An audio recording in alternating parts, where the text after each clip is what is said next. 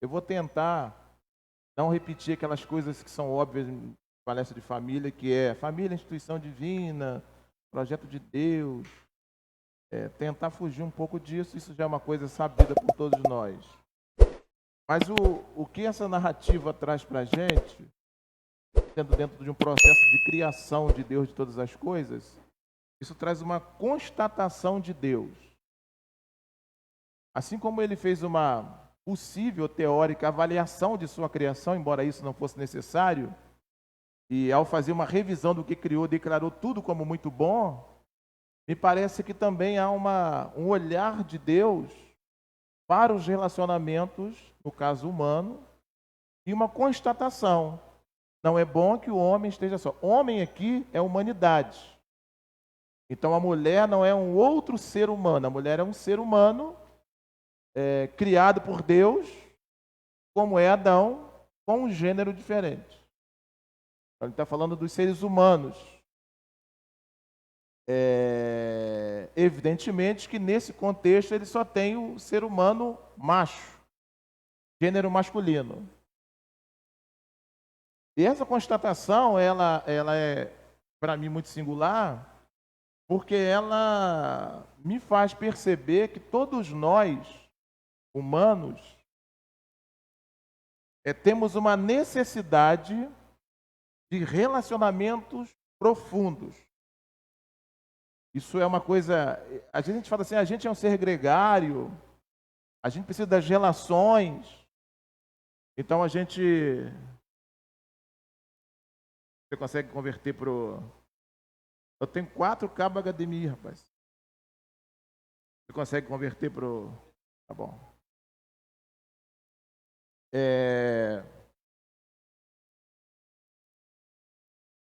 Nós somos gregários.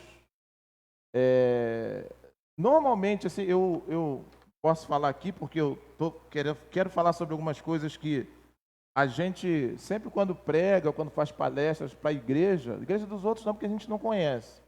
Na nossa, sempre a gente traz dentro daquilo que a gente observa no dia a dia. Aqui não, numa igreja que eu pastoreei, todos os meus sermões nasciam durante a semana. A igreja dizia para mim o que precisava ser tratado. Essa questão das relações, por exemplo, no consultório, o que classifica uma neurose? Uma pessoa neurótica não é no sentido pejorativo. Neurose é aquela doença mental que não é estrutural. Então, todos nós somos neuróticos. Desde que você não tenha uma esquizofrenia, por exemplo, que é uma doença estrutural, um autismo. Né? Então, todo discurso de consultório é sempre sobre o outro. A pessoa se queixa que ela sofre por causa do pai, do marido, Quando essa pessoa, isso na psicanálise, começar a falar sobre ela, acabou a análise. Porque inconsciente, que é o que a gente trabalha, não permite que você fale sobre você. Então eu sempre devolvo dessa forma. Só fala 50 minutos de alguém que a faz sofrer. E às vezes eu devolvo dessa forma nas minhas poucas falas no consultório. Falo muito pouco, às vezes falo 4 a 5 palavras, já que a cura vem pela palavra. Eu falo assim, então, no seu discurso, o seu sintoma, a sua queixa, a sua dor é provocada pelo seu marido. E você está dizendo então que quem te faz sofrer é o seu marido, ele te faz sofrer no ambiente familiar, ele te faz sofrer muito. Então, você descobriu a causa do seu sofrimento, o quanto você sofre, onde você sofre, quem te faz sofrer, e agora você tem que decidir parar de sofrer. Você está mandando me separar? Eu falei, não, jamais eu não dou conselho. Não precisa se separar, é só mudar a relação. Ou então eu falo assim, o pastor é Bolsonaro, é Lula, não sei o quê, é o delegado, é Elio, é não sei quem, é o cara do SUS, eu falo assim, vamos parar de falar o que você sente, me fala o que falta. Falta minha mãe, não, o que falta? A pessoa não consegue falar sobre ela. Quando ela falar sobre ela, terminou a análise, ela vai fazer outras terapias, né, para que ela possa Então, assim, o outro é sempre presente na nossa queixa de sofrimento. Por quê? Porque o outro é importante. Então, você pega na estrutura familiar. É o pai, é a mãe. Se é o pai e a mãe, devido à profundidade de afeto que essas pessoas têm, é muito mais queixoso, o sintoma é muito mais grave do que uma relação que também é dolorosa com o dono da quitanda. Outra coisa, sabe por que eu não saio daqui agora, assalto todos os bancos e mato 10 pessoas? Eu não faço isso porque eu tenho uma esposa, eu tenho uma filha, eu tenho uma igreja, eu tenho os alunos. Então, num certo sentido, a gente não é a gente. A gente não faz muitas coisas por causa dos outros. E são saudáveis. Então, por que a gente pensa duas vezes? Eu tenho um filho, eu tenho uma esposa, eu tenho uma igreja, eu tenho uma mãe, eu tenho um pai. Então, até nesse momento, de uma pessoa que tenha muita autonomia, 80% da sua vida é em função do outro. Eu não faço isso por causa do outro. Tem um cara chamado Viktor Frankl, que sobreviveu a Auschwitz. Ele tem um livro best-seller que é Buscando o Sentido da Vida, que é de onde todo mundo bebe. E ele é logoterapeuta e é psicanalista. Então, quando alguém chega no consultório dele, ele está bem velhinho, e fala assim, eu tentei me matar 4 vezes. A logoterapia é a terapia que faz o sujeito descobrir qual é o sentido da vida. Aí ele fala assim, por que você não tenta a 5ª? Por causa da minha mãe. Por causa da minha filha. Aí ali ele vai trabalhar que em razão da filha, em razão da mãe, aquela pessoa deseja viver. Então o sentido da vida dela está em uma outra pessoa que não é ela mesma. Então nós somos gregários de uma forma muito profunda, mais do que a gente possa imaginar. Por isso que nós somos portadores de necessidades especiais. Rapaz, vou te falar uma coisa para você. Eu até cheguei em casa agora, eu falei, eu tenho 4 cabos HDMI. Aí ontem eu não consegui achar, eu queria assistir do Flamengo. Eu peguei um que tem lá. E eu falei assim, deve estar lá na igreja. E o computador está programado para HDMI e o dali é VGA. Hã? Não, eu não quero que eles fiquem lá passando, eu estou com a caneta, mas daqui lá não alcança não. Não alcança não, né, Aurélio? Não precisa não, deixa sem. Por isso que você ouve uma frase muito comum que diz assim, eu já posso morrer, eu já plantei uma árvore, eu já escrevi um livro, eu já me casei. Plantar uma árvore significa que você se relacionou e você se envolveu em sociedade. Relações sociais, definição de saúde lá do OMS, necessidades sociais, necessidades espirituais, necessidades mentais e emocionais juntas, necessidades físicas. Então, plantei uma árvore. Uma árvore é uma coisa fantástica, eu tenho até um sermão, crente como árvore, né? Para que serve uma árvore? A árvore serve para tudo. A árvore serve para dar frutos, para guardar passarinhos, amarrar o burro, pegar sombra, pegar fruta. Então, crente como árvore tem que ser meio que uma máquina, né? Escrever um livro, satisfação pessoal, gozo. Eu estou fazendo lá em casa, nós estamos fazendo obra, vamos fazer um processo agora. O meu último processo, eu vou fazer um lugar, já está esquematizado, só para colocar os meus diplomas. Deve ter uns 27. Agora eu vou fazer inglês, vou fazer uma outra pós.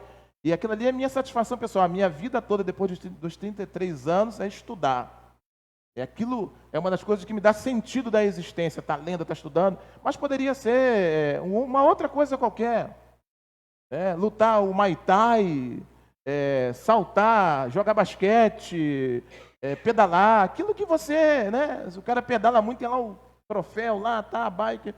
Aquilo ali é o livro que a gente escreveu. E se casar, que é quando você vai construir uma história de relacionamento a partir de uma pessoa, junto com uma pessoa, a partir de vocês dois. Aí cabe a você não repetir a história dos seus pais, cabe a você introduzir na sua própria vida uma nova história. Relacionamento com o outro, no sentido afetuoso, relacionamento com o outro no sentido social, relacionamento com você, que volta para a sociedade, porque se for estudo ou qualquer outra coisa, você contribui com a sociedade. Então não tem como fugir. Nós somos o ser completamente gregário.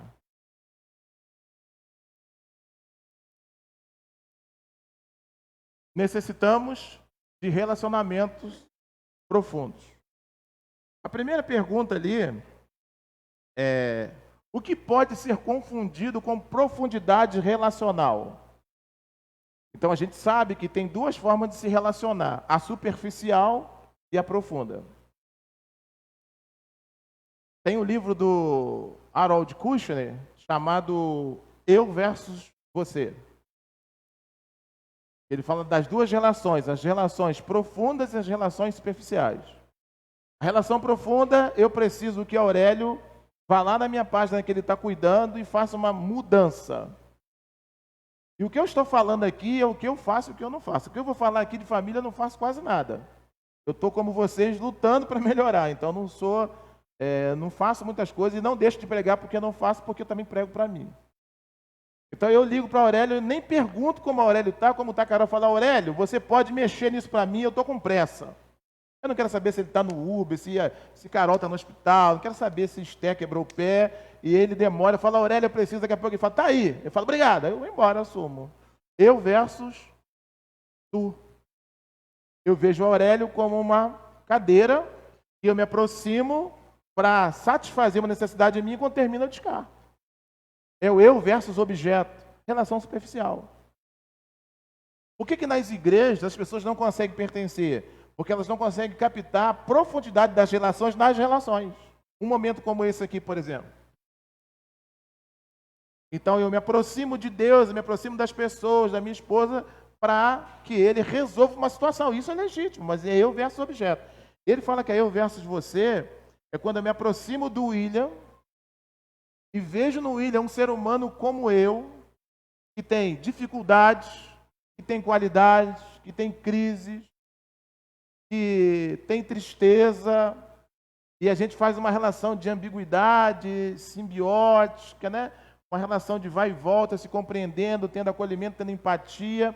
Então eu estou com o William, não porque o William fez ou deixou de fazer, mas nós estamos aqui porque a gente precisa crescer enquanto ser humano. Essa é a relação profunda.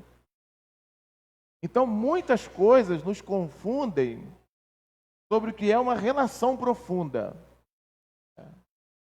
Muitas coisas. Eu estava conversando com o Roberto ali, ele tem uma prédica que eu aprendi com o meu mentor. Meu mentor falou assim: Noel, lá no hospital, naquela época, no ano 2000 não tinha ambulância, não tinha posto de saúde PSF, não tinha ambulância. Então quando alguém passava mal num bairro, ele passou mal em Manilha, ele tinha que vir para o Hospital Leal Júnior e ele não tinha ambulância, ele tinha que ligar para alguém. Então sempre alguém cobrava, na minha cidade, R$30 para levar no hospital. R$30, 40, e às vezes crente, né? Irmão da própria igreja. Aí meu pastor falou: vamos acabar com isso. Depois de Deus, acima dos meus pais, está o pastor Hamilton, que foi o cara que foi no botequim, me evangelizou, e tudo que eu faço aqui eu aprendi com ele. Algumas coisas não, porque ele é diferente de mim. Vamos comprar um carro fiado. Aí ele arrumou uma pessoa para ajudar, compramos um palio, e toda segunda-feira a gente vai para a porta do hospital da Cir Vargas, só para pegar pessoas que receberam alta e não tem dinheiro para levar para casa. Ontem o Zé Luiz teve alta da Jussara. Quando você sai de alta, você precisa de um carro confortável, você vem todo, né? Dependendo da cirurgia, você não pode se mexer, é documentação, então você precisa de conforto. Você não tem carro, não tem dinheiro, não tem amigos. Como é que você vem de ônibus? Você tem que morrer para alguém. Então ontem eu estava num compromisso, que não era um compromisso de igreja, foi o único sábado que eu tive de folga na minha vida, há muitos anos que eu não tenho uma folga. E eu falei: vou lá no torneio de passarinho. Quando eu estou chegando no Vera Gol, a Zé Luiz, ela vai sair. Eu botei no grupo: alguém pode socorrer? Quando eu vi que ninguém podia, eu falei: vou ter que sair do torneio e vou lá. Mas eu falei: já estou aqui. Eu falei: se quiser eu vou, já estou aqui. Mas tinham, Karen fez contato, Fernando fez contato, Marcelo. A gente tinha uns 10 carros, né? Marcos, né? Marcos fez uns 10 carros, Marcelo, Fernando, todo mundo que tem carro aqui, para socorrer. E sem cobrar. Porque se cobrar, pode me esquecer. E aí a gente estava falando em Roberto. Aí a gente pegava as pessoas e levava para casa. Ele falou: Noel, todas as vezes que você levar alguém no hospital, só venha embora quando terminar tudo. Roberto foi com o Zé Luiz e Jussara domingo, 17 horas para o hospital. Sabe que hora terminou? 4 da manhã. E ele falando assim: Noel, eu não consigo deixar, porque Para deixar, eu falei, cara, eu aprendi assim, se é para deixar, não levo, porque são vários trâmites. Então isso é relação profunda. Superficial, eu vou lá, você me dá R$ 30, eu deixo você lá, você chega lá, não é nesse hospital, você já foi embora, eu tenho que arrumar um outro carro. Então as relações, elas podem ser profundas ou podem ser superficiais. E tem algumas coisas que nos confundem em relação a isso na família, tá? Na família. A primeira é a busca pela compatibilidade. Então, a família, aqui, a minha fala de família para quem está solteiro e para quem está casado, para adolescente, para jovens, não confunda compatibilidade ou igualdade com profundidade. Não é muito certo, isso é discutível, se os opostos se atraem. Há teóricos que acreditam que assim o é, há teóricos que acreditam que assim não é. Eu acredito da seguinte forma, a minha posição é que os opostos se completam. Naquilo que você não tem, o outro tendo, se tiver uma troca, se completa. Então guarde uma coisa, quando você nasce com um negócio chamado de personalidade. Ela vem com você. Dentro está a questão cognitiva, as questões emocionais, onde você vai construir moral, ética, ideologia e sexualidade, vem com você. Ela vem com você e ela é sua. Mesmo que você seja criado no mesmo ambiente, mesmo que você seja gênios vitelino, ainda assim a personalidade de cada um é única. Não existe personalidade igual, porque cada um compreende diferente. Então, eu fui criado na mesma casa dos meus irmãos. Ontem eu fui na casa da minha mãe, meu irmão estava lá. Ele não fala comigo, eu não falo com ele. Ele é de um jeito, eu sou de outro. A mesma educação. Porque eu sentia de uma forma diferente o que minha mãe dizia. Sabe por que a gente não se fala? Quando eu tinha mais ou menos 1 ano, minha mãe teve ele, seguido. Aí eu mamava muito, eu tinha minha mãe, ainda tinha uma mãe de leite. Eu até tinha muita vergonha dela, que ela era cachaceira, eu tinha vergonha, depois que eu me converti, que eu fui procurar minha mãe de leite, que me ajudou muito. E meu irmão também voraz. A mamãe falou assim, Noel Jorge, se você ouviu Noel Jorge, é minha família. Eu, com 1 ano, deixo o peito pro irmão. A partir dali, eu nunca mais chamei meu irmão pelo nome, eu chamo ele de irmão até hoje, agora não, que a gente não se fala. E eu sempre dei as coisas e ele sempre absorveu. Quando a gente era criança, ele tinha 3 tênis, 3 guarda-chuva, 3 calças, eu não tinha nenhum. Aí eu pegava o dele, dava para os outros, quando eu ia namorar, roubava dele. Então a gente bem assim, eu dou, ele retém. A forma de aceitar, de reagir, de compreender, minha e dele é diferente. Por isso que a personalidade é diferente, porque ela nasce para ser formada. Então a forma como você absorve, como você reage, como você sente, te faz único. Então não existe ninguém igual, porque a personalidade é única. Você a constrói no contexto que você está inserido quando nasce, a partir das suas proposições afetivas, racionais. Então vou dar um exemplo aqui. Eu, Helenice, nós somos Bolsonaro e Lula. A gente não concorda em nada. Eu gosto de acordar com o meu colheiro cantando. Ela odeia, eu tenho que acordar cedo e botar lá fora. Ela gosta de praia, eu gosto de mato. Ela gosta de fazer escala de oração, eu não gosto. Ela gosta de hambúrguer. Eu nunca tinha comido hambúrguer na minha vida, eu comi ontem. Detesto. Mas o quê? Tem nada similar. Ela é Flamengo, eu sou Vasco. Tem nada. Tem... A gente não concorda em nada. A gente não concorda em nada. Não tem nada similar. Nada. Não encontrei nada ainda similar. Eu detesto que me organizem as coisas, né? Mas às vezes eu sinto falta. Mas isso e todos nós somos isso. A questão é que a gente não percebe que é assim e tenta achar que não é assim, é assim. Isso pode aumentar os conflitos? Pode aumentar. Mas a verdade é que isso é um fato. E isso é um fato que agrega muito. Porque as diferenças e não a uniformidade é que trazem a igualdade. Então Paulo disse, nós somos o corpo de Cristo, temos muitos membros, cada um tem o seu papel. Então a unidade não nasce da uniformidade, nasce da diversidade. Claro, né, que quando você procura, você quer achar alguém que gosta das mesmas coisas que você gosta. A gente procura isso, mas isso não existe. E parece que inconscientemente a gente busca esse oposto para se completar. Então, no caso de, tipo assim, vai à praia. Eu odeio que faça comida para levar para a praia. Quer me matar e fazer isso. Ir para a praia e levar comida é coisa de gente que não tem noção, gente. Eu vou para a praia e lá eu vou para a praia. Praia para mim. Não, é hambúrguer, pão, não sei o quê. Eu vou para a praia. Ela leva no sanduíche natural. É minha praia para mim. Como eu fui criado em Saquarema e eu era magro, praia para mim era o calção, trocadinho no bolso, tipo picolé, tá? Nunca levei. Isso é coisa de farofeiro. Minha mãe que fazia isso, frango assado, não sei o quê, para praia, farol. Oh, gente, e carregar culha, aí vai eu carregando. Quer vir me matar? É almoçar. Quer vir me matar, gente? Não, mas aí que tá, aí que tá a questão. Eu não suporto. Quer vir me matar? Cara, não me chame para almoçar e peça coca de 2 litros e depois leve a sobra. Eu fico com uma vergonha. É ridículo. Você gosta? Você leva também?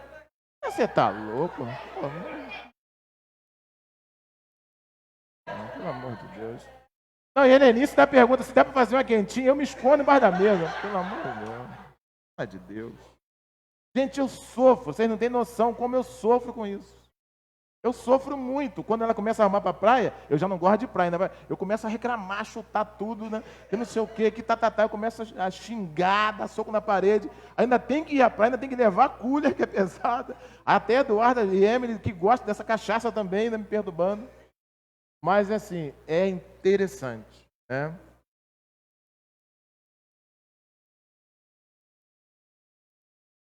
Isso eu vou falar isso mais à frente. Eu vou falar isso mais à frente. Né? Isso aí tem um processo de conquista, né? Bem do masculino. Mas isso não é uma relação profunda, isso é uma relação superficial. Você está se conhecendo, né? Por isso que tem que aprofundar para ver que de repente aquele agrado.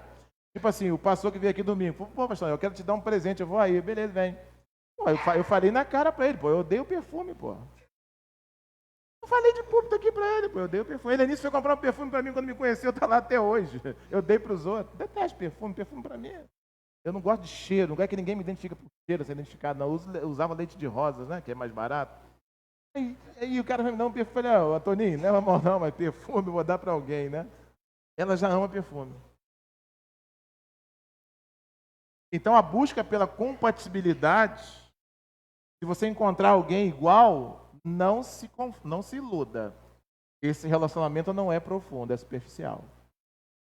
Porque essa hegemonia, né, é a mesma coisa, eu vou falar lá no final sobre isso, quando o cara fala assim, bom, eu prefiro me relacionar com um cachorro. Claro, o cachorro não discute com você, não discorda de você, não briga com você. Essa é uma relação unilateral, não tem crescimento.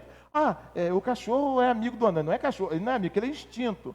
Ele não diz que não gosta. Tipo assim, eu detesto música rádio ligada em casa. Rádio ligado dentro de casa. Música ligada, rádio ligado, música. Rádio não tem mais, né, pendrive. Ela adora fazer as coisas. Eu chego e já desligo tudo. Eu estou falando de mim e dela, mas se você for olhar, o que eu quero dizer é que isso não é um problema. Não é um problema. Muito pelo contrário. Não é um problema. Porque essa é a realidade. Então, o meu amigo Bruno diz assim, quando se casa, que volta da lua de mel, cada um abre uma mala de viagem. E começa a tirar suas histórias. Aí quando junta a escova de dente, que ele fala aí que vai se conhecer. Quando junta a escova de dente, você vai ver que A história é diferente, os traumas são diferentes, os hábitos são diferentes, né? E muitas coisas você não vai conciliar mesmo, porque são coisas aprendidas, são significantes. Tá, então, não confunda isso, tá? A outra questão não confunda criar boas expectativas em relação ao seu namorado, à sua esposa, com profundidade de relacionamento. Eu vou citar alguns exemplos aqui, tá? Algumas questões ilusórias dentro da expectativa. A primeira aqui é: se eu me casar com uma pessoa crente, o meu casamento será feliz. Presta atenção, frustração tem a ver com expectativa não realizada. Se você apostar nessa questão aí, o maior índice de divórcio é entre os crentes, tá?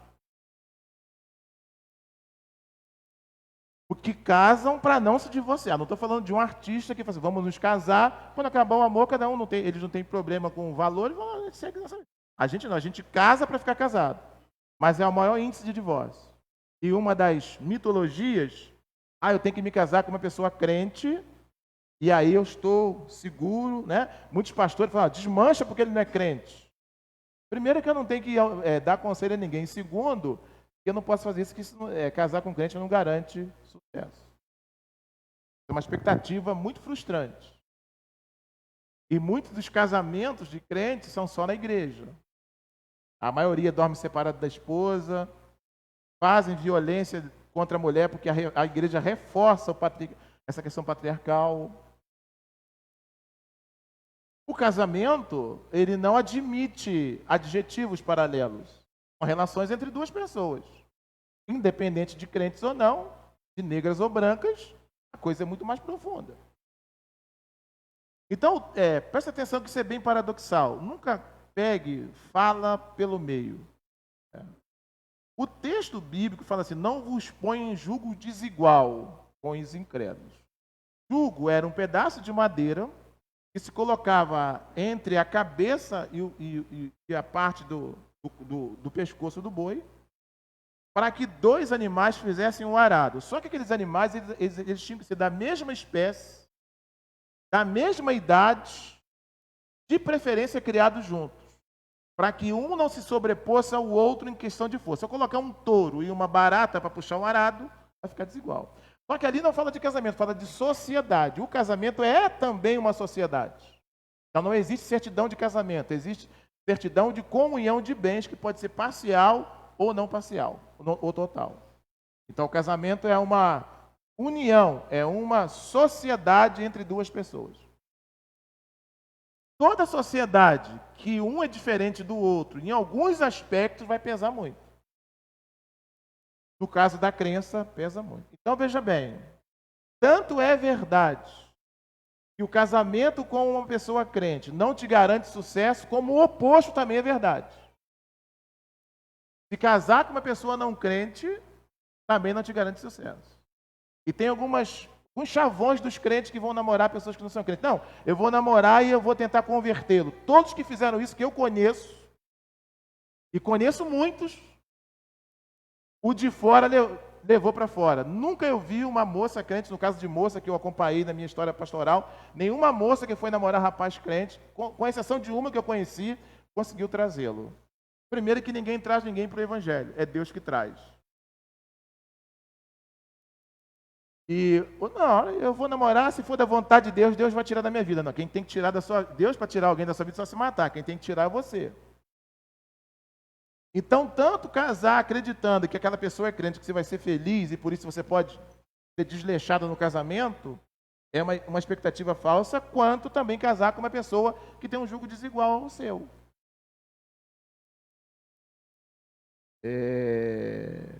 Existem questões, para quem está namorando, que é o seguinte: eu sou extremamente contra ministério de casais na igreja.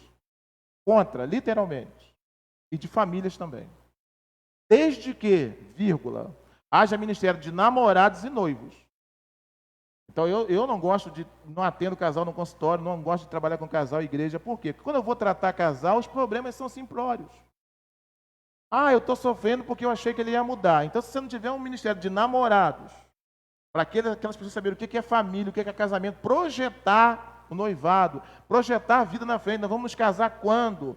Ah, nós vamos ter filho em que momento do casamento? Quando estiver na faculdade, quando estiver no mercado. A gente não tem projeto nenhum, engravida, cai no quintal de alguém, tem que sair do trabalho e começa uma loucura. Então, aí quando você vai tratar casal, você está fazendo a casa de cima para baixo. Tem que ter de namorados e de noivo para fazer um projeto de família. Só tem de casais. Por quê? Porque eu levo o casal para um lugar, essas cachaças aí que eu não acredito de casado para sempre, você leva o casal para lá, passa 4 dias sem filhos, né? Volta se amando. Quando vem para a vida real, começam as crises, aí tem o testemunho. Agora, se eu trabalho no investimento, não tem testemunho. Não vai ter casos fatídicos para contar aqui na frente. A igreja está trabalhando no investimento do adolescente que começou a namorar. O que é adolescência? Eu vou lá nos adolescentes a semana que vem, vou fazer uma palestra sobre o que é adolescência. O que é hormônio, o que é puberdade, quais são as relações, como é que ficam os pais quando a menina menstrua, a partir dessa menstruação, que muda, qual é a relação com o pai, como que ela vê o menino, como que é a vida. Se a gente não faz isso, não adianta tratar casais. Ah, pastor, vai resolver? Não, vai reduzir.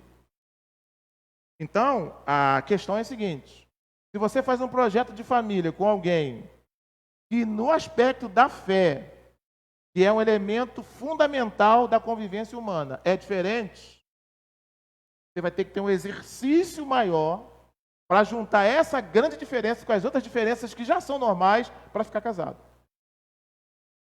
Então você pode ver pessoas que casaram com crentes e são felizes, pessoas que casaram com não crentes e são felizes ou infelizes. Não tem uma formatação.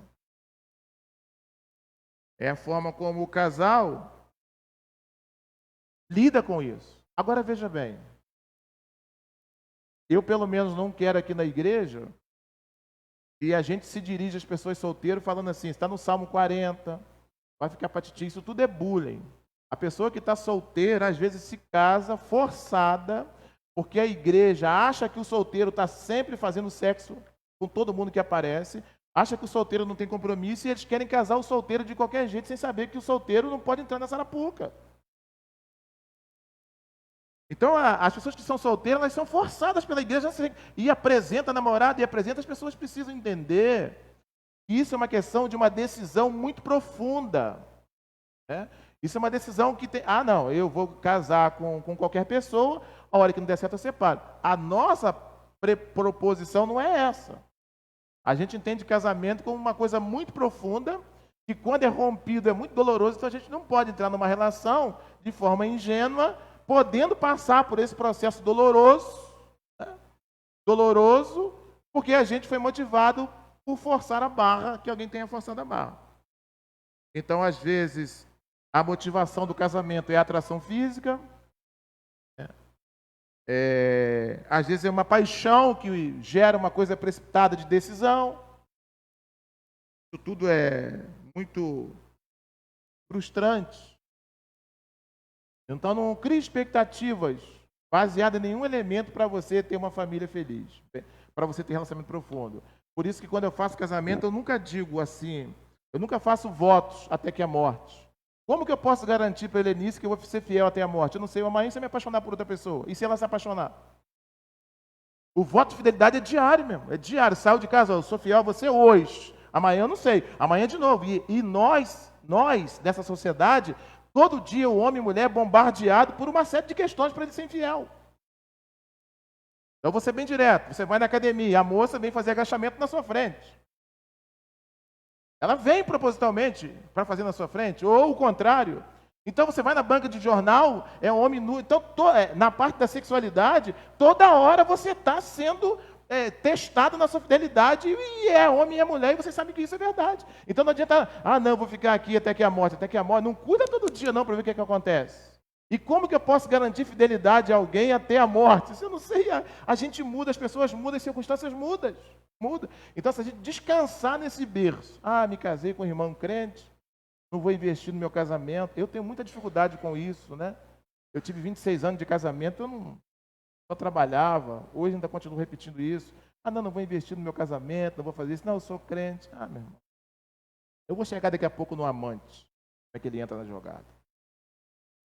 Então não tenha essa expectativa O casamento não é um jardim, é um pedaço de terra cheio de vidro, pinho, pedra, onde cada um recebe uma ferramenta para cuidar. É isso que é casamento. É uma das coisas mais difíceis da vida, família. Muito complicado, horrível, péssimo. Mas sem família a gente não existe. Não é simples, não é fácil. Casamento eu acho que nem é de Deus, mas é de Deus. Não é simples, não. Vocês sabem disso. Né? Vocês sabem disso. Todo mundo aqui tem a sua história. E é muito parecida as histórias. Eu sou divorciado, Roberto é divorciado. Divorciado. Tudo crente. Divorciado, ficou quietinho aí, ó. Divorciado 10 vezes divorciado. Quem aqui que está casado sem ser divorciado aí? Vamos fazer uma oração. Ele é nisso que gosta? Vamos fazer uma oração para quem está casado aí que não é divorciado. É porque não é fácil, meu irmão. Se eu fosse pedir aqui, um foi traído, o outro foi chutado, o outro foi abandonado. Vai contar as histórias. O outro largou apaixonado e aí fica... vai tá o microfone aqui. Mas se eu não... Roberto, eu aprendi assim... Parabéns, pô. Deixa eu te falar, eu aprendi assim... Se eu der um cheque sem fundo, eu de vez em quando dou, eu conto para a igreja. A igreja não pode descobrir nada...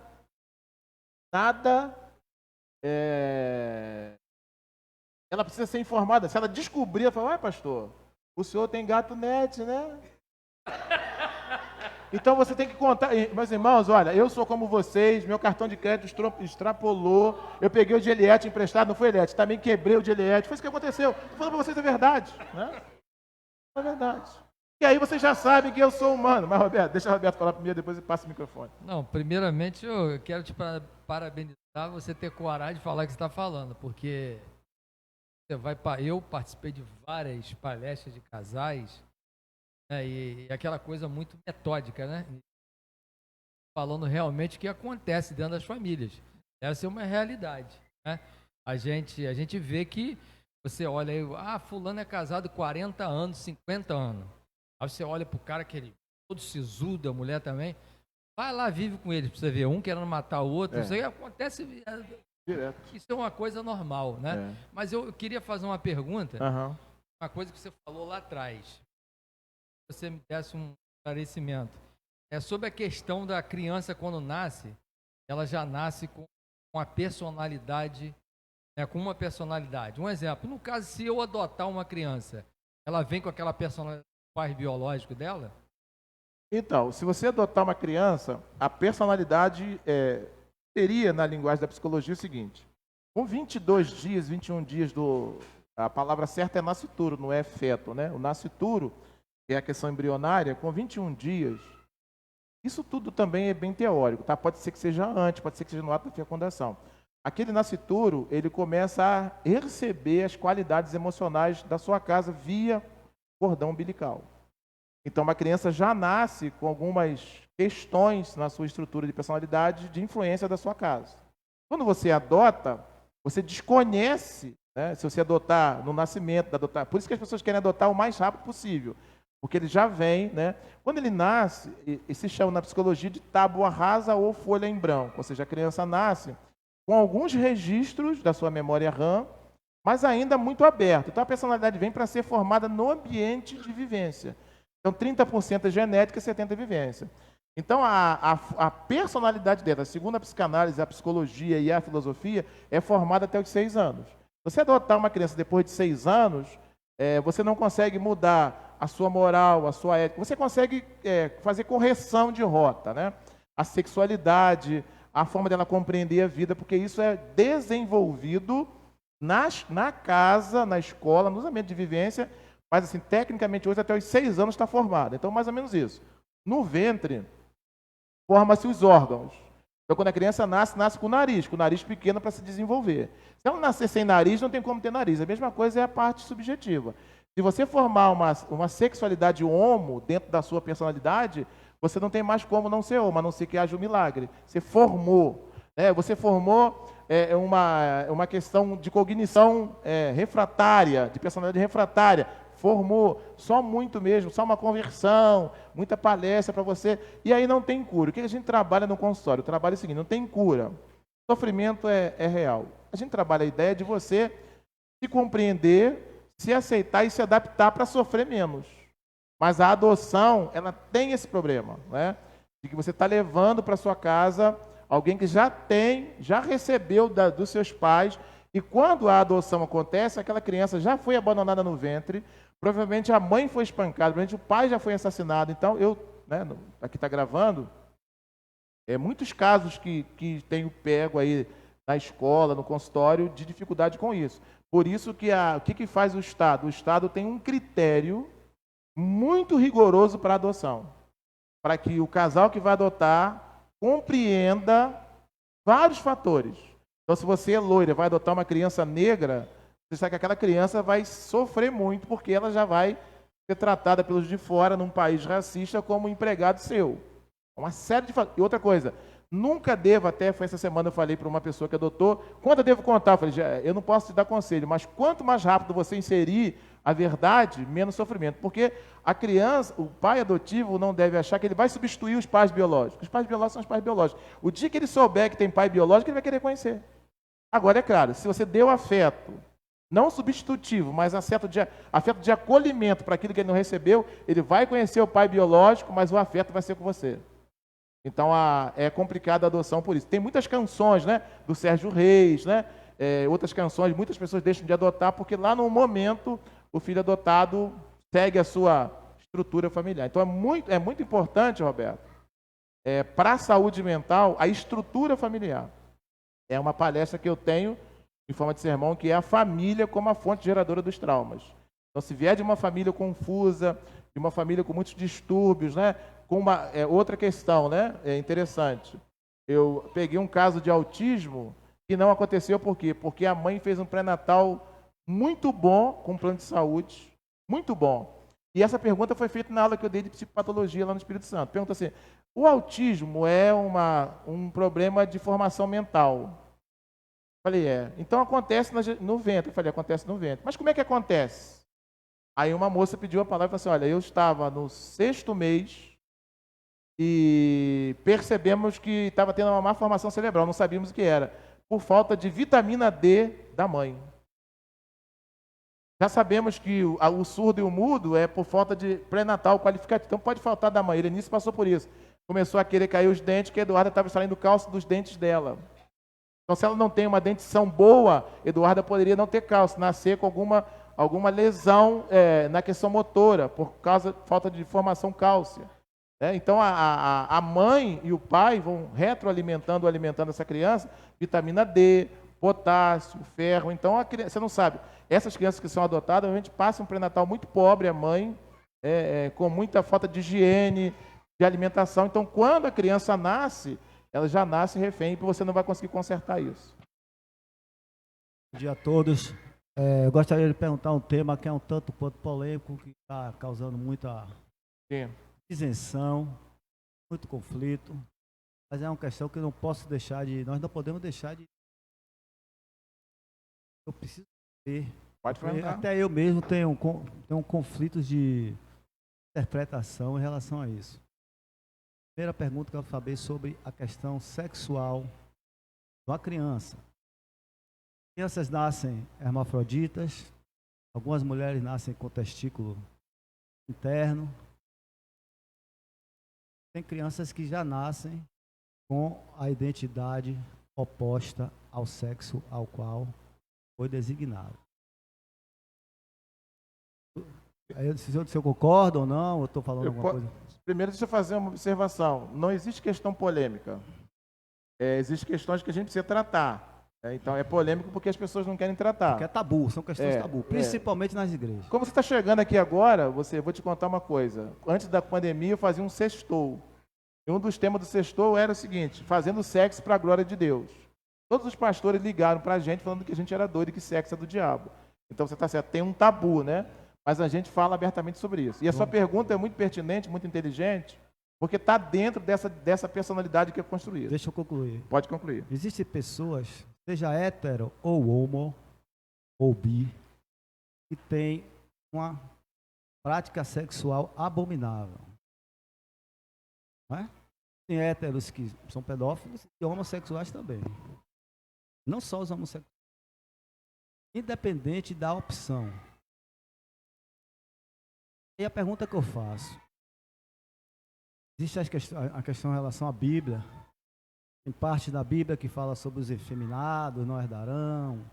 Tem lá que Paulo em Coríntios fala sobre também isso aí, a perversão que estava ocorrendo na igreja de Coríntios e tal. E existe uma tendência muito grande as igrejas demonizar a diversidade sexual que seja diferente da qual foi padronizada. Um dos argumentos é em relação à família. Como é que vai ter família? 2 homens, como é que vai? Quem vai transar? Como é que vai ser? Nós sabemos que com o avanço da medicina, 2 mulheres hoje, se quiser ter filho, é só pegar um óvulo no banco de dados e engravidar as 2, vai ter filhos com a carga genética dela. Assim como casais homossexuais também, é só pegar uma barriga de aluguel. Então essa questão da família, a tendência, não estou estressado. O que é que vai acontecer?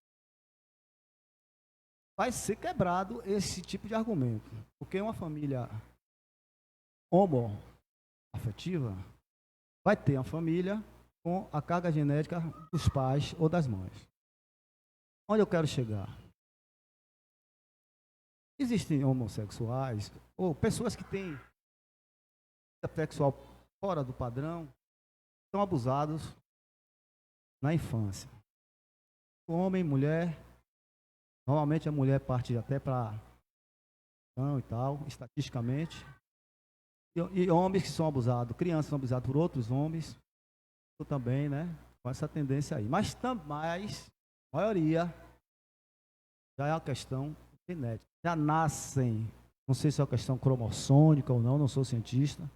Aí a pergunta que eu faço: será que uma pessoa que nasce com os cromossomos ou com a anatomia dela divergente do sexo a qual ela nasceu, como se a pessoa fosse canhota? A gente quer que você é canhoto ou é destro? Sou destro. A gente quer canhoto. Né? Seria fadado aí para o inferno por ser canhoto? Ou por ser amarelo, ou por ser negro, por ser azul? Uma criança que nasce com a tendência de ser afeminada, tem criança que você vê que é afeminada. Criança sem não tem maldade, não foi abusado nem nada. E pastores, filhos de... Então essa pergunta, como lidar com essa pessoa, a vida espiritual dela? Eu vou te responder cientificamente, vou te responder teologicamente, para você não, para todo mundo que está ouvindo, né? E também do ponto de vista da saúde mental. Primeiramente, nós temos o CID-10, lá no F, a partir do F0, onde são classificados os transtornos de personalidade. No DSM-4, a transexualidade, o travestismo eram considerados transtorno de personalidade. Hoje, isso foi tirado. Hoje é uma questão mais no sentido de comportamento, ou de decisão ou de construção. Hoje, o que é doença no CID-11 que vai sair agora, no DSM-5, são as parafilias. Sadomasoquismo, que são a sexualidade sem genitália. Sadomasoquismo, zoofilia, sexo entre homem e animais, necrofilia, sexo com cadáver, exibicionismo. Então, esses são os transtornos. Então, homossexualidade, transexualidade não é mais considerado doença, transtorno de personalidade. Cientificamente, não há nenhuma comprovação científica de que alguém nasça fora do XX ou do XY. Não existe isso. Nenhuma comprovação. Ninguém nasce com os dois gêneros, a não ser o hermafrodita, que você vai ter que depois, no desenvolvimento da personalidade, descobrir. Ele pode nascer com as duas genitárias ou como, você vai descobrir qual que é o gênero dele na questão do afeto. É um caso, único caso. Então, ninguém nasce bissexual, ninguém nasce homossexual, ninguém nasce heterossexual também. Ninguém nasce. Então, não é doença. E eu tenho trabalhado isso, tenho falado sobre isso, dado aula sobre isso, então não é doença, não está classificado no OMS como doença, não é doença. Por enquanto, não. Em saúde mental, em ciência, tudo pode mudar, então não há nenhuma comprovação. No sentido da saúde mental, não é uma escolha. Você escolheu ser hétero? Não, Marcelo, você escolheu ser hétero? Não. Quem escolheu ser hétero? Não, nem a sociedade escolheu. A gente nasceu gênero masculino e gênero feminino. Isso não define comportamento de sexualidade. Significa que você nasceu fêmea e o outro nasceu macho. Certo? A personalidade, que é a parte subjetiva do indivíduo, traz dentro dela a sexualidade, que é um conjunto de fatores que vão provocar a questão eros, normalmente, quando você olha para um oposto ou para um outro gênero, um gênero semelhante. Então você nasce, como eu disse, com essa personalidade ainda um pouco em branco. Então a sexualidade vai ser formada na casa. Então, assim, aí eu vou dar um exemplo de coisas que eu tenho vivido na clínica.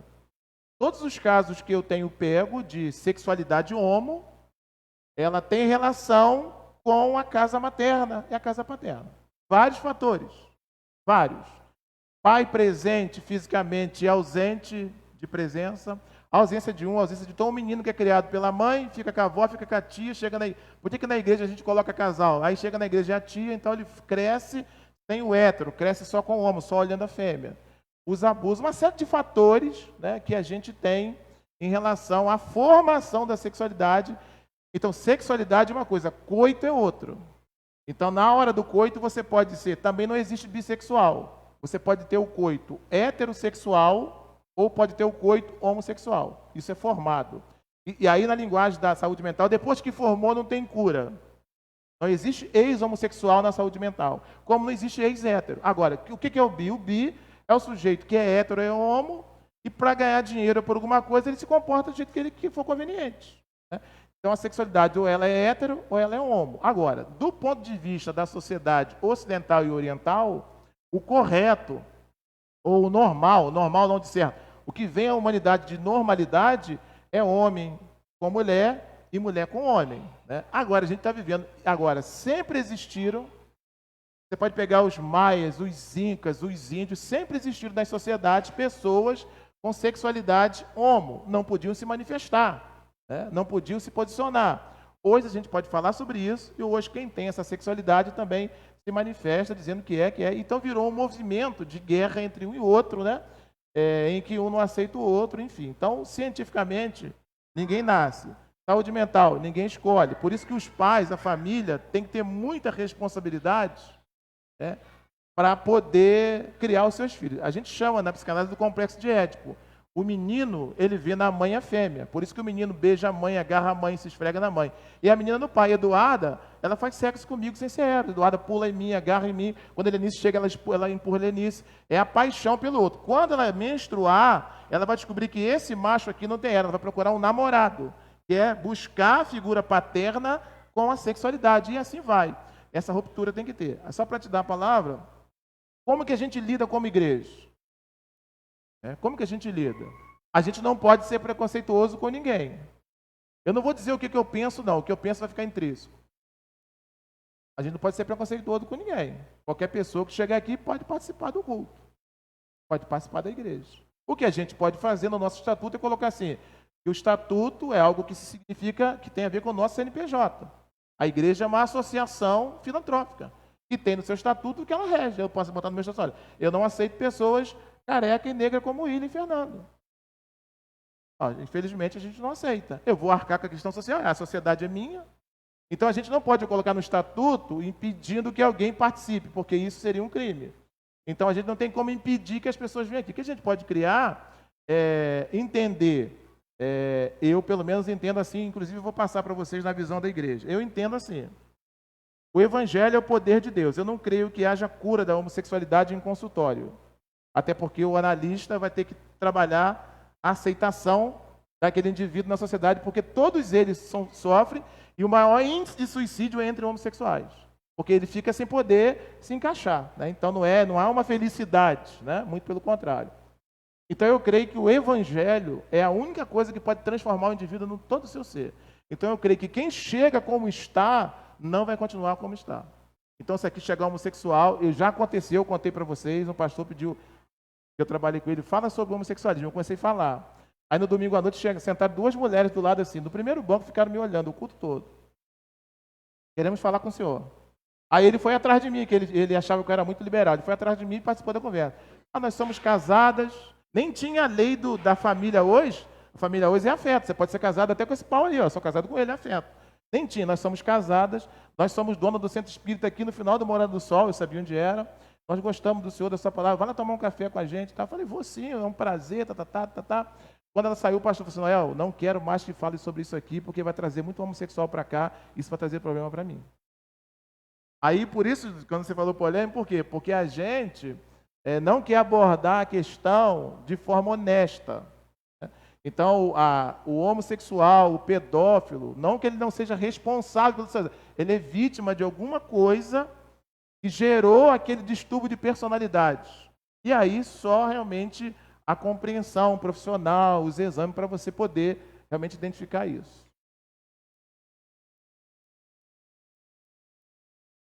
Mas nós vamos fazer um papo de macho, vamos falar sobre isso. Vamos ver se tem macho mesmo ou se está todo mundo no armário. Ontem, por coincidência, Paula e eu conversávamos sobre isso, né, Paula? Nós passamos ali no posto de Manilha. Só um minutinho, amor. Obrigado. Pergunta boa. E para quem não sabe, o posto de Manilha é um point da prostituição dos homossexuais, da Boraí. Aí eu passei e mostrei para Paula, não sabia, e nós conversávamos sobre isso. Ela disse assim, pastora, eu tenho tanta vontade quando eu vejo essas pessoas de ir ao encontro delas e abraçá-las. Bem forte. E essas pessoas são menosprezadas ao extremo e elas muitas vezes não recebem um abraço de fato sincero. E ela me contou uma experiência que ela ouviu, uma igreja que ela segue, né? E chegaram, né, 2 mulheres homossexuais na igreja e elas começaram a frequentar o culto, participar do culto, né? Até que uma disse assim, eu quero me batizar. E a igreja se virou, como, pastor, você vai batizar? O que você vai resolver? E aí, como é que fica a situação? E o pastor disse assim, mas se para batizar basta crer em Jesus, eu não posso deixar de batizá-la. Nós vamos batizá-la. E ela, junto com a companheira, continuaram indo à igreja, mas só uma se batizou. Quando essa uma se batizou, a companheira dela se sentiu constrangida com aquilo. Falou, olha, a partir de hoje eu não quero mais continuar casada com você.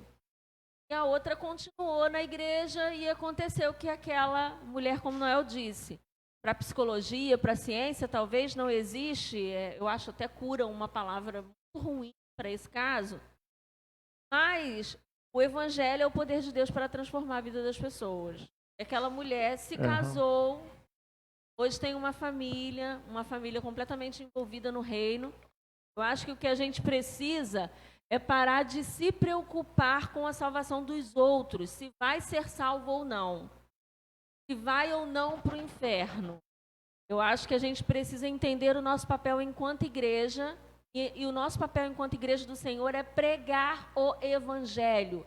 Entender quem vai fazer ou não a transformação é o Espírito Santo. Sim. Então, nós abraçamos pessoas, nós não abraçamos as suas práticas, nós abraçamos pessoas. O que eu faço da minha vida, a gente até conversou, Fernando e eu aqui, nós conversávamos sobre algo pessoal e eu disse para ele assim, quem lidera a nossa vida são as nossas prioridades. Então, cada um sabe o que é prioridade na sua vida. E a gente não precisa ficar... Parece que a gente perde muito tempo com essa questão, saber, será que o homossexual vai para o céu? Será que o católico? Será que o budista? Né? Então, eu acho que a gente precisa, de uma vez por todas, deixar essa questão de vai ou não para o inferno e perguntar ao Senhor, Senhor, qual é o meu papel como crente? O que eu tenho que fazer? Eu tenho certeza que o Espírito Santo vai falar isso como a Bíblia fala. Amar a Deus sobre todas as coisas e ao próximo como a ti mesmo. Acabou. Tá bom. Só para a gente avançar, tem uma coisa na pergunta do Luiz muito inteligente. que eu deixei passar, eu vou responder agora, a questão teológica. Você colocou uma coisa muito certa, não é cura, porque não é doença, tá? Então não é classificado pelo OMS como doença, então não tem cura de que não é doença. Luiz colocou uma coisa muito interessante. O argumento dos cristãos contra os homossexuais é de versiculismo, ou usa o verso de Levítico, que embaixo está assim, a mulher menstruada tem que viver fora. Aí um dia eu vi o cara, sabe que está escrito, o cara mais embaixo, a mulher menstruada tem que viver fora. A mulher menstruada vive fora? Não. Mas eles achavam que o sangue menstrual era veneno, então por isso que a gente espantavam. Então se você for seguir literalmente. E o outro que o Luiz falou é o argumento de que não vai procriar. Ora, cientificamente hoje, você pode congelar sêmen. Então, o que eu quero dizer aqui? Essas crenças limitantes que nos escondem de discutir o tema, é a mesma coisa. O cara falou assim para mim, porra, se bebida fosse bom, não tinha no despacho. Eu falei, e o frango? Mas no despacho tem frango, pô. Farofa. E se for pegar a história da cultura sobre o despacho, mais profunda ainda. A história cultural, que é a história verdadeira que virou religiosa. De que as pessoas, os escravos fugiam e deixavam comida para os outros, que depois virou oferenda, que oferenda é uma coisa diferente. Mas assim, falar que o álcool é ruim porque está no despacho, então o frango seria. Essas crenças limitantes. E agora faltou a resposta teológica. Pecado na teologia é a palavra rehamartia, no singular, o pecado. Então a Eduarda, ela não é inocente, ela foi concebida em pecado. Inocência é uma questão da Igreja Católica, que faz o batismo para tirar o pecado original. O que a Eduarda tem, a Esté tem, é uma consciência de delito pecaminoso inferior ao nosso. Então a Eduarda, desde que foi gerada em pecado, aquele chute no ventre, tudo já é a natureza pecaminosa. Agora, o plural são os delitos. Dirigir é pecado? Não, mas se você avançar o sinal, dirigir embriagado. Então, a natureza pecaminosa faz que quando você vai fazer alguma coisa legítima, você distorça. Aí aquilo é um ato pecaminoso, mas não porque existe pecado na natureza. Então, dentro do ponto de vista teológico, não tem pecadinho, não tem pecadão. Tudo que distorce o natural é pecado. E é pecado porque você é refém de uma natureza. Então, diante de Deus, veja bem, eu já tive ovelhas homossexuais que se casaram porque eram crentes, tinham desejos homossexuais, mas não se comportavam. Ah, vocês pensam que eu não tenho vontade de tomar um barril de cachaça? Eu tenho, mas eu não tomo. É a mesma coisa. O evangelho, ele se transforma, o velho homem ainda fica lá de vez em quando, a gente tem vontade, né? Os homens de olhar um site pornô, não é verdade? Ué, ou não? O velho homem está lá, a mulher, de repente, de dar uma saidinha, sei lá, alguma coisa. Vamos esquecer isso, né? De pegar o dinheiro, dar no banco de Willy e gastar tudo com sapato, mas não faz por quê?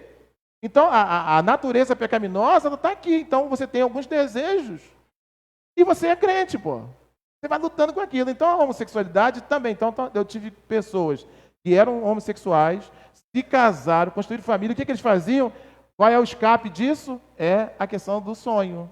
Sonhava com um homem, acordava todo molhado, né? Mas ele não se comportava. E já tive ovelhas homossexuais, solteiras, que eram homossexuais na sua estrutura, mas não se comportavam porque eram crentes.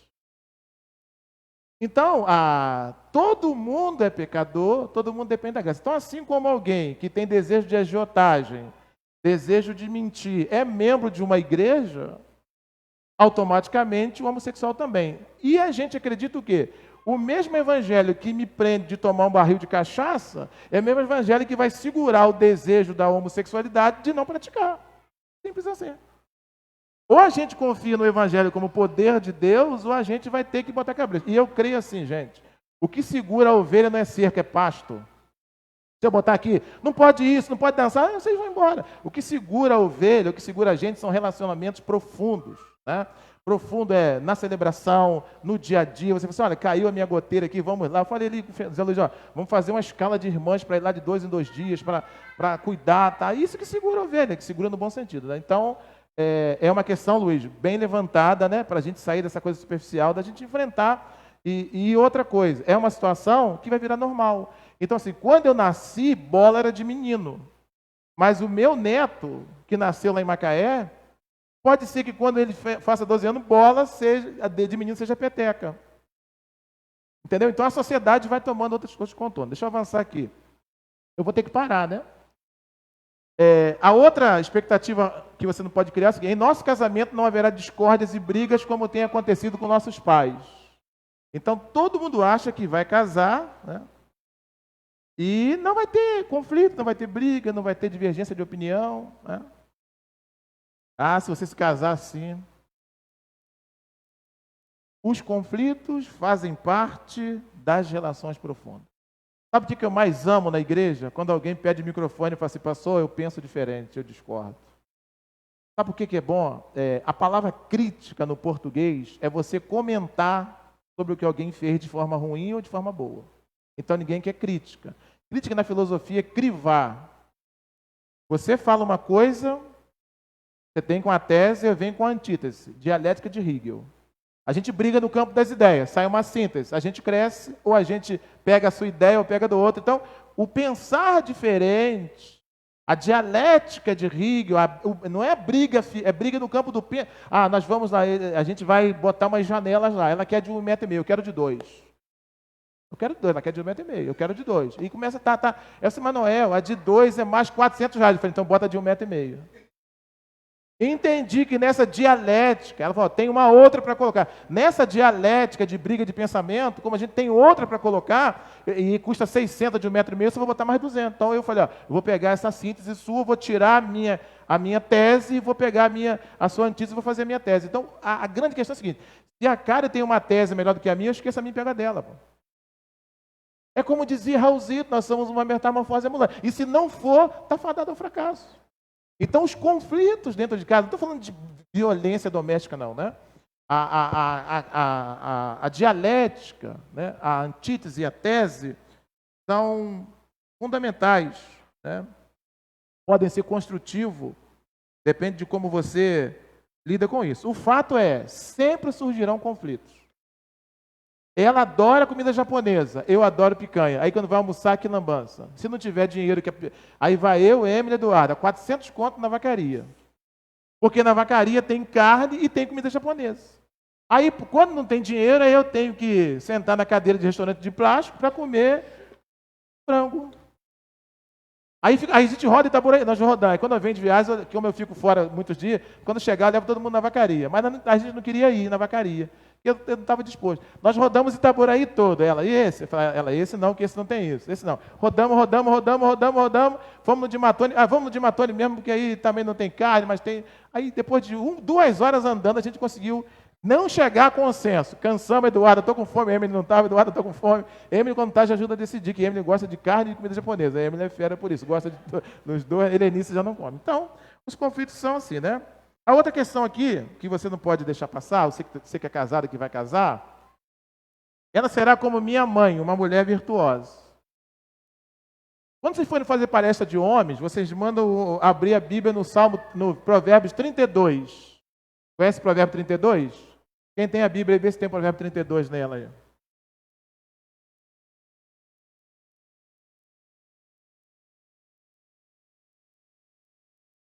Vamos ver se tem.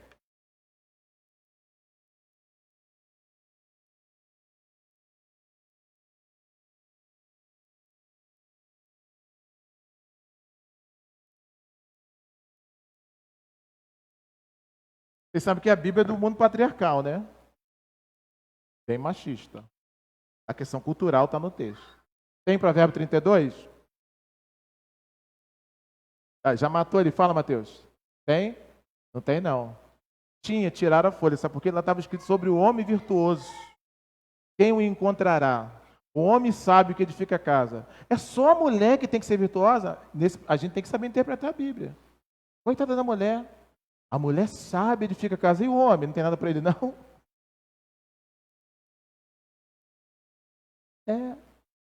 Virtuosa? Isso. É a mulher virtuosa, é a mulher sábia. É. E aí fica um peso na mulher e o cara quer encontrar uma mulher virtuosa.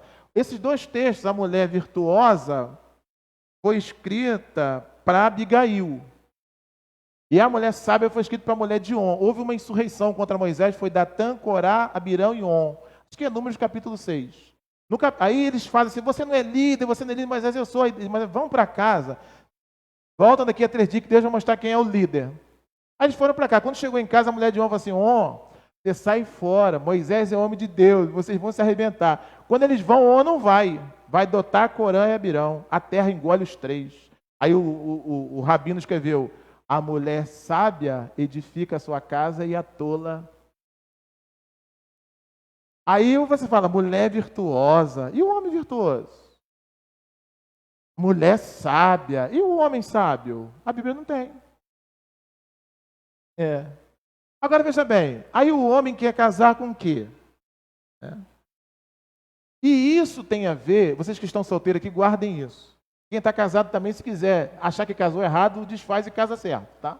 Porque casamento errado é doença. Não adianta pedir Deus para restaurar algo que nunca existiu. Da Helenice pegamos um casal, 10 anos restaurar, mas restaurar o quê? Nunca houve nada, pô. Tem que casar de novo. E restaurar o quê? A não ser que Deus dê um amor para vocês dois começarem. Nunca começou. Né? E fica essa cachaça. Vamos orar. Mas Deus vai restaurar o quê? Nunca teve nada. Isso tem a ver, sabe com o quê, meus irmãos? Tem a ver com motivação para o casamento. Um rapaz, eu morei sozinho um tempo, arrumei uma namorada. Aí ela falava assim, ela pensou assim, ele mora sozinho, vou fazer comida, passar a roupa. Falei, minha filha, mãe, eu volto para minha casa. O homem que mora sozinho, ele acaba casando para encontrar. Aí eu falei assim, para eu não cair nessa ratoeira, eu falei, Lenice, hoje eu fiquei com raiva dela, ontem também. Eu falei assim, olha, eu não quero mulher para passar roupa, lavar louça, senão eu contratava uma empregada. Aí eu chego em casa, está tudo sujo, ela limpa, tá? E quando eu tenho que passar minha roupa, eu fico xingando, mas eu não quero mulher para passar minha roupa. A minha roupa fica embolada, não quero mulher para botar minha comida, meu prato. Não, isso minha mãe já faz quando eu vou lá. Se eu falar para minha mãe, vou aí, minha mãe compra tudo que eu gosto.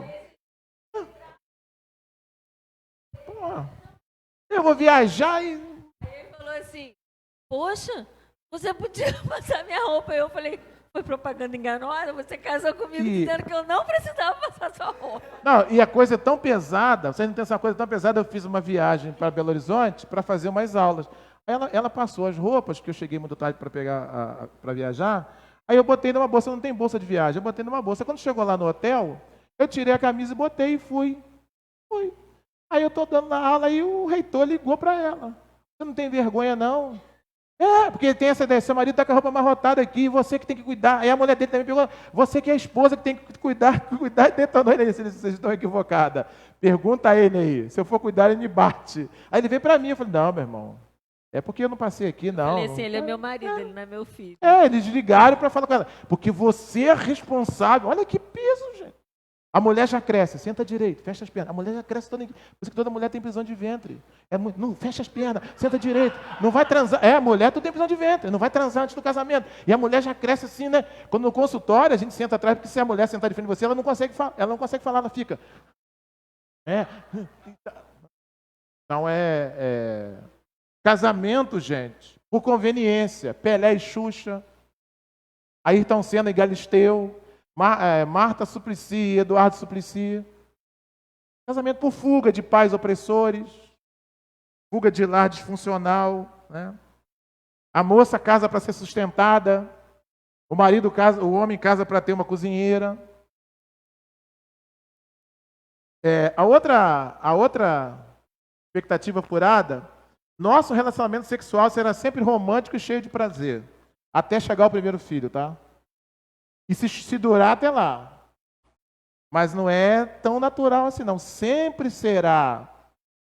Uma mulher grávida tem mudanças hormonais. Carol está grávida. Daqui a pouco ela começa a te rejeitar. Carências emocionais. Mas o corpo dela está... Não existe aborto espontâneo. Todo aborto é o organismo botando para fora. Então, ela está trazendo algo para dentro que não é ela. Começa aquelas rejeições. A mulher começa a ficar fragil. Depois ela começa a se preparar para o parto, que é abrir a pélvica, né? Que é ficar como fica a vaca, a cachorra, a mesma disposição da cria depois, né? Então a mulher é exaurida. Não tem como. A sexualidade, a libido para desistir. Então o marido nesse momento tem que chegar, compreender isso, que faz parte do processo. Então, Agora veja bem, se você for atrás dos filmes, das novelas, dizendo que sempre o sexo é prazeroso, não creia nisso. O sexo é compromisso. Aprender sexualidade na pornografia é a mesma coisa que aprender a dirigir com Velozes e Furiosos. Na pornografia, o cara tem o pênis maior, o cara nunca chega ao orgasmo, a mulher é mais linda. Isso não existe na vida real não, tá, gente? Eu já fui viciado em pornografia. Muito viciado. Mas muito viciado. A gente tinha um bar, na época era fita, a gente comprava fita, a gente tirava a capa da fita. E ficava no bar tomando cerveja e assistindo. Aí quando eu me converti, eu tinha muita fita. Aí eu falei assim, falei pro meu sócio de futebol, vou jogar minhas fitas fora. Ele falou, não faz isso não, você se converteu, não serve para você, guarda lá. Um dia eu estava em casa de tarde, como Davi no palácio. Como eu tirava a capa, né? Aí eu fui no meu quarto, quando eu abri a porta, caiu uma fita no meu pé. Quando a fita caiu, peguei a fita, era videocassete, 4 cabeças. Fui lá, botei, não tinha sido rebobinado. Botei para rebobinar. Quando está rebobinando, quem chega na porta? Noel, meu pastor Noel, para fazer visita. Como é que tira a fita agora? Não tinha, eu puxei tudo, joguei para lá. Depois eu contei para ele. Aí peguei aquilo, botei fogo, acabei com aquilo. Nem Banheira do Gugu eu assistia mais. Porque a Banheira do Gugu eu parei de assistir porque era uma coisa louca. Então veja bem, aquilo ali gera uma série de conflitos no casamento. A mulher mais bonita, 5 horas sem chegar ao orgasmo, o homem 4 horas, né? E você fica. E aquilo, gente, são cenas que são feitas com corte, é cinema. Né? Aquilo é ficção.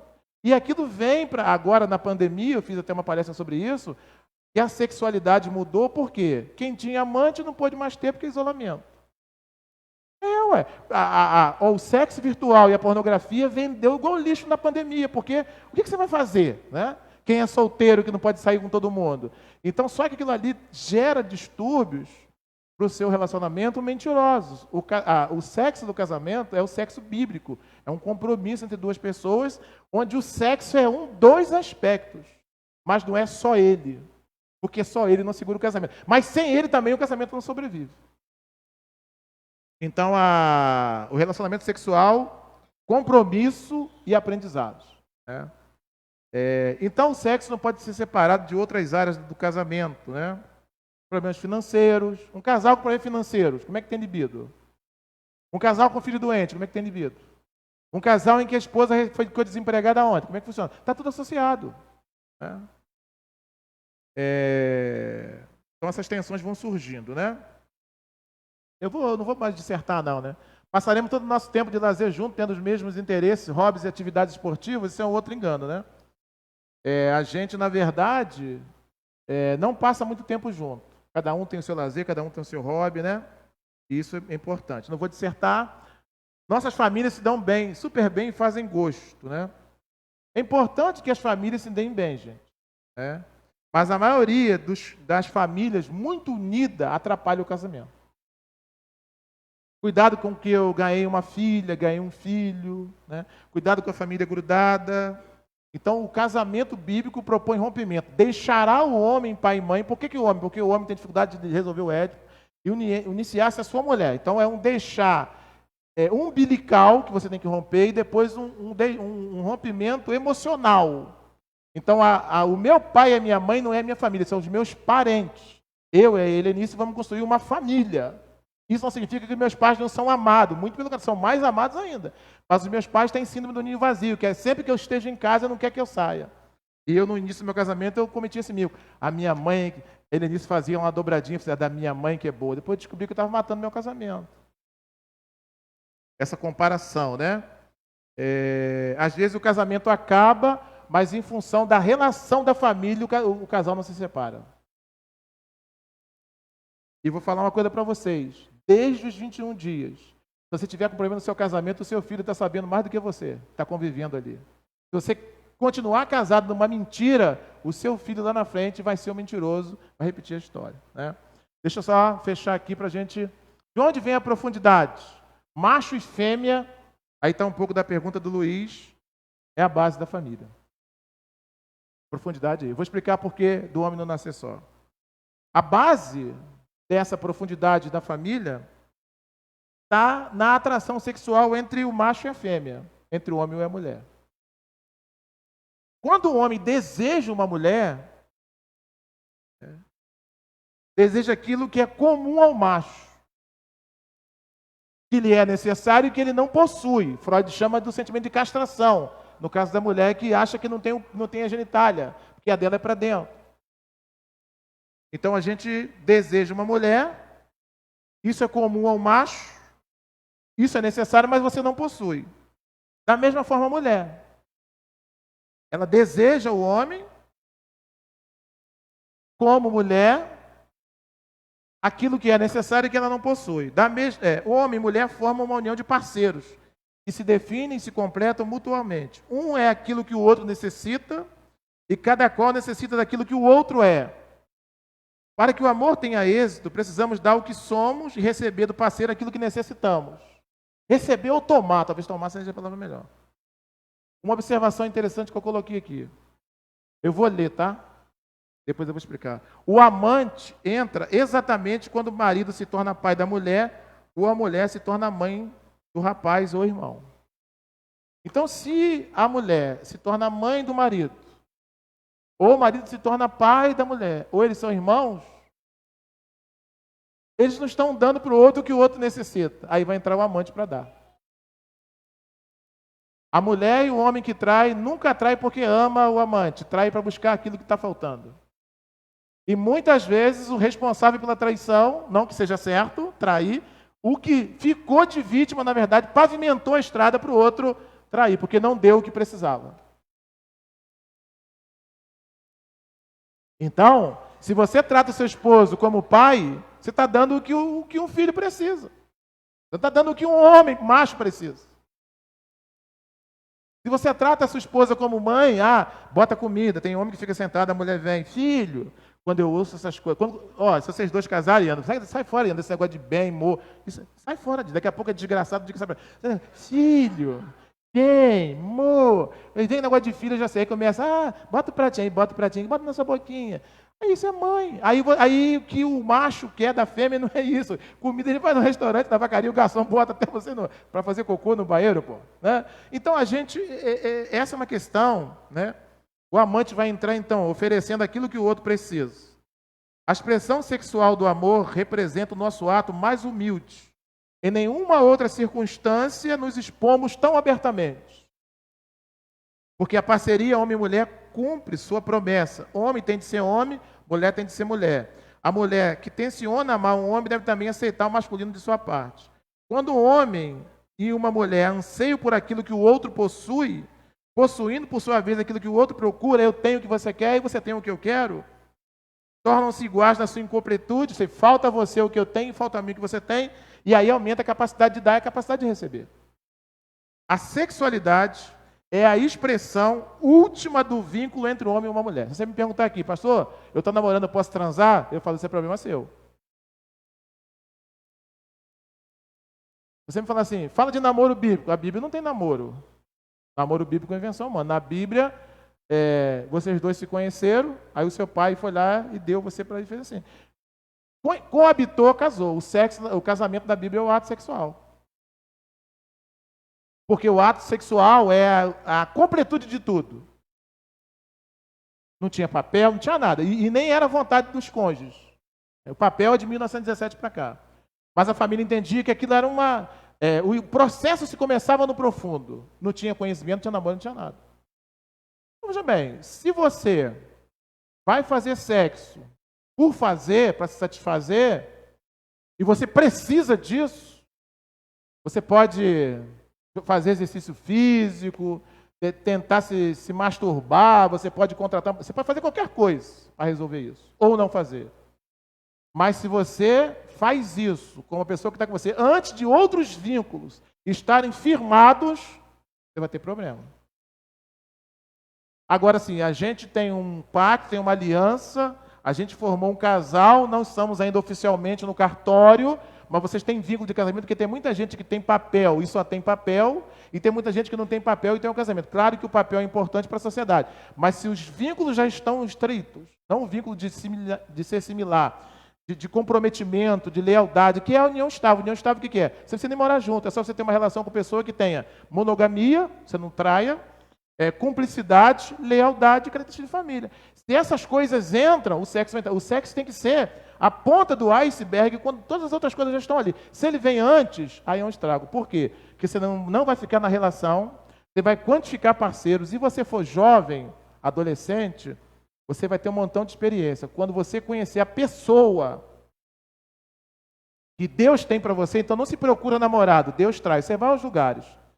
Você já tem uma série de experiências que podem ser traumáticas, que podem te atrapalhar na relação futura, porque é muito profundo, gente. A relação sexual homem e mulher é a fusão de duas pessoas em uma só, é uma só pessoa. É quase que uma possessão demoníaca ao contrário. O demônio toma suas faculdades. É uma fusão. Então, isso só pode acontecer, não é quando você é casado de papel. Isso só pode acontecer quando você tem vínculos anteriores a isso, para fazer disso algo prazeroso, leve, e mesmo que não seja tanto no momento, vocês consigam chegar junto. Que se não for assim, vai lá, não gostou, não quero mais você, que é o pegar aqui e pegar ali.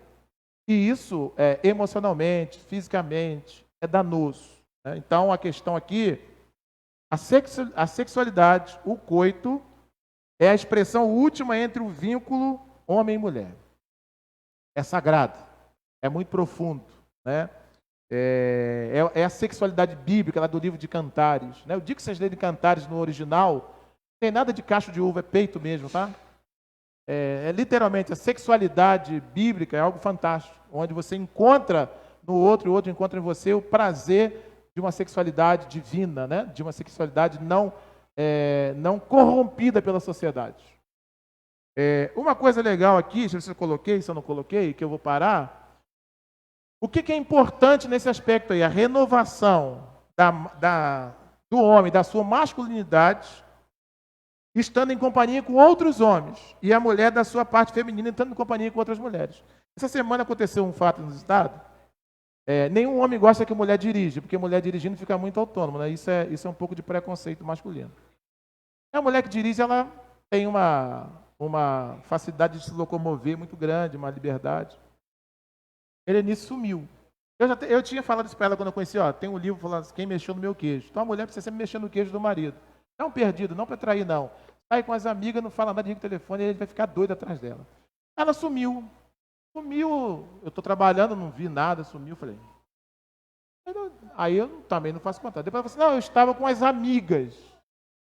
Eu quebrei tudo.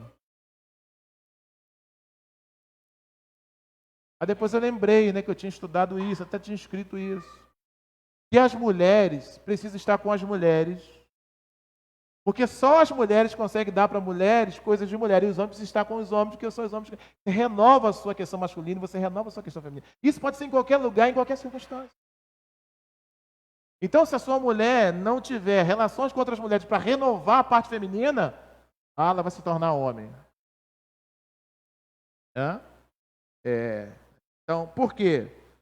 Porque o grande equívoco dos casais é achar que é capaz de dar ao outro tudo que ele necessita. Não consegue.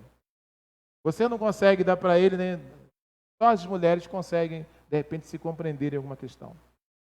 Às vezes ele diz, falando com algumas irmãs da igreja, algumas amigas, eu falo, meu Deus do céu, mas que idiotice lá nisso. Eu não consigo entender, mas é mulher para mulher. Nós vamos fazer o papo de macho aqui dia 15, sabe qual é o tema? Se você é macho, Zé Luiz, aceita o toque. Mas do ginecologista, não é de Jesus. Agora, ora para não gostar. Se gostar, aí o homem é isso, né? O homem vai ser isso, né? Aí, eu não quero, eu tenho medo, eu não faço não, só faço aquele do... Aí o homem foi lá urologista? No urologista, chegou lá para fazer o exame de próstata. Foi lá, pegou o T8, botou na mão do médico. Aí o médico, o que é isso, doutor? Isso é papo de homem. O que é isso, meu filho? O que você está querendo com essa arma, doutor? Vai fazer em mim o exame, mas se eu gostar, você me dá um tiro. Isso é papo de homem. Você sabe que os homens têm essa dificuldade. Então, agora, papo de mulher, então os homens precisam de momento com homens, porque a esposa dele não pode dar aquilo e vice-versa. Eu vou parar, vou pular uns pontos ali, vou só fechar. Deixa eu pegar o último ponto aqui. Vínculo do segundo relacionamento. Quem é divorciado? Essa é uma situação, né, muito interessante na questão da profundidade. Né? Da profundidade. Eu vou usar um pouco como referência. Né? Por quê? Porque a segunda relação, ela sempre é diferente da primeira. Por quê? Porque todo novo parceiro Isso quando os parceiros conseguem se desvincular. Você sabe que divórcio na saúde mental é morte. Só que o cadáver às vezes continua vivo. Você está separado, mas o cadáver continua vivo. Quando você consegue sepultar o cadáver, o novo parceiro que chega na sua vida, ele chega com ressentimento do parceiro anterior. Ela é amiga do ex-marido dela, Helenice, e é amiga de algumas pessoas que ela namorou. Eu falo, como pode isso? Eu também quero ser amigo das minhas ex, ela não deixa não. Mas eu não gerei esses vínculos. Acabou para mim, eu não quero ver mais. Às vezes eu tenho ressentimento do vínculo anterior. Às vezes eu falo assim, pô, mas só esse cara que é bom, volta para ele, pô. Porque a dificuldade é essa, porque o parceiro novo, vice-versa, ele sempre tem essa... Ele esquece que aquele vínculo lá, de repente, foi o vínculo, foi o primeiro relacionamento. Aí eu fiquei casado 26 anos com a minha primeira namorada. Pô. Então, assim, claro, né, rompeu de uma forma muito abrupta, mas assim, quem chega tem que entender que o vínculo anterior, ele é diferente daquele novo. E começa, então, né? Por isso sempre a cautela do divorciado. Medo de fracassar, de errar de novo, né? Então, todo mundo vive o segundo relacionamento ou a outra relação à sombra da primeira. Mesmo que a mulher tenha morrido. Ou o homem tenha morrido. Mesmo viúvo, você tem a sombra da primeira. Não existe ex-filho. Pode existir ex-esposa. Não existe ausência de responsabilidade com o filho. Eu tenho um filho de 32 e uma de 28. Agora, o que está acontecendo lá em casa, a Eduarda quer conhecer. Só que eles não querem aproximação. Ela quer conhecer. O que eu faço? Aí eu tenho que ver se eles aceitam que eu leve lá. Olha só que coisas perigosas. E ela está pedindo direto, quero conhecer meus irmãos, conhecer meus irmãos. Eu faço no velório, vocês conhecem. Eles não devem vir, né, que eles são parecidos comigo. Mas assim, é uma questão à sombra da segunda relação. Da primeira relação, né? Por essa razão, o segundo amor só tem êxito quando o vínculo com o primeiro é reconhecido e valorizado por aquele que chega. Então, quem chegou na vida de alguém que tem uma história, e sempre tem... Eu tenho um amigo que estava solteiro com 55 anos. Ele falou, Noel, com quem que eu vou casar? Se eu casar com uma moça de 18, eu estou morto. Se eu casar com uma mulher de 40, ou ela é divorciada, ou é viúva, ou tem conflito de sexualidade. Então, não tem jeito. Ele encontrou uma solteirona, que tem conflito, né? Mas resolveu. Então, você vai casar no segundo casamento com alguém da meia idade. Então, não tem bagagem. Então, você tem que fazer o seguinte, valorizar, reconhecer o vínculo anterior, para que essa relação futura tenha êxito, né? Então, o segundo casamento ou o terceiro casamento, a união futura, não tem força nem a qualidade da primeira, e nem é preciso que seja. Isso não quer dizer que na segunda você vai ser menos feliz. Na verdade, a gente pode ser até muito mais feliz na segunda, mas a segunda não tem força para anular a primeira. Eu vou pular aqui, deixa eu fechar então no texto lá para não... Gênesis 2,18. Né? Não é bom que o homem esteja só. A minha pergunta é, mas o homem estava só?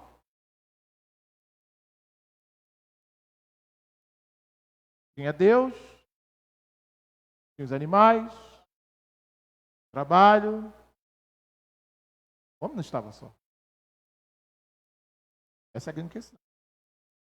Então, a primeira proposição que eu quero tirar para as relações profundas é que a natureza não pode substituir o parceiro, o cônjuge ou uma outra pessoa na sua vida. A presença das plantas, dos animais, não trazem para nós uma profundidade de relação. Trazem relações profundas também. Você pode ter uma relação profunda com o seu cachorro, mas não satisfaz plenamente, fica faltando alguma coisa. Então, nunca deixe, né, que as coisas, os bens, tome o lugar do seu parceiro. Conheci duas histórias de duas mulheres que foram traídas de uma forma muito desleal, e cada uma adotou um cachorro, e passaram a fazer pelo cachorro tudo que faziam pelo ex-marido. Nunca mais casaram. E o cachorro morreu com 13 anos, um cachorrinho branco, e ela está viúva até o rio do cachorro. Mulheres que conversam com flores. Então Adão e Eva tinham tudo isso, mas Deus achava que eles estavam só. Segundo, o trabalho não pode substituir o nosso cônjuge. Adão tinha um trabalho, gente, botar nome nos animais. Então, cuidado com isso. Necessidade de trabalhar, de finanças, né? Trazer dinheiro para casa. A sua família, o dia que tiver uma crise, nunca vai lembrar do plano de saúde que você pagou. Vai sempre reclamar da presença que você não esteve na festa de aniversário do beijo que você não deu. Eu passei por isso. Eu banquei minha família financeiramente de forma muito volumosa. E quando foi separar, minha filha falou assim, papai, o senhor não estava no meu aniversário, o senhor não estava no meu batismo, porque eles eram católicos. Ela nunca falou, papai, o senhor me deu isso. Nunca meus filhos nem minha esposa me elogiaram. O senhor fez essa casa, o senhor dava dinheiro. Meu filho pedia 10, eu dava 100. Nunca falava, olha, o senhor não estava nesse dia, não estava nesse... Você tem uma noção? O meu filho, minha esposa estava grávida, 24 de dezembro, o pai dela morreu. Eu soube, bêbado, dei a notícia, a bolsa dela estourou, meu filho nasceu no dia que o pai dela morreu, e ela ficou 20 dias internada, eu não fui visitar um. Nem buscar, eu fui um amigo que buscou. Aí agora, ele falou assim, quando eu nasci, o senhor não foi ver? Mas eu banquei o hospital, mas... Não, o senhor não foi ver, nem lembra disso. Então, o trabalho não pode substituir. O trabalho tem o seu lugar, mas o homem está só. O texto vai falar, far-lhe-ei, falta a ele. Nem Deus quis substituir uma outra pessoa na vida do cônjuge. Gênesis 3:8. Deus vinha todo dia de tarde conversar com Adão. Se a sua igreja te separa do seu cônjuge, sai da sua igreja. E a igreja é muito contra a família, né? A mulher trabalha fora e tem culto de manhã. Aí ela não pode vir, mas ele tem que vir. Se a igreja atrapalha as suas relações, né? Toma o lugar das suas relações, não é a igreja, porque a igreja está inserida nas relações. Não tem esse negócio de primeiro Deus, família. Igreja, família e Deus são coisas que vivem no dia a dia. Então, nem Deus quis. Eu estou aqui, eu sou Deus, né? Basta para você. Mas tem um detalhe, tá?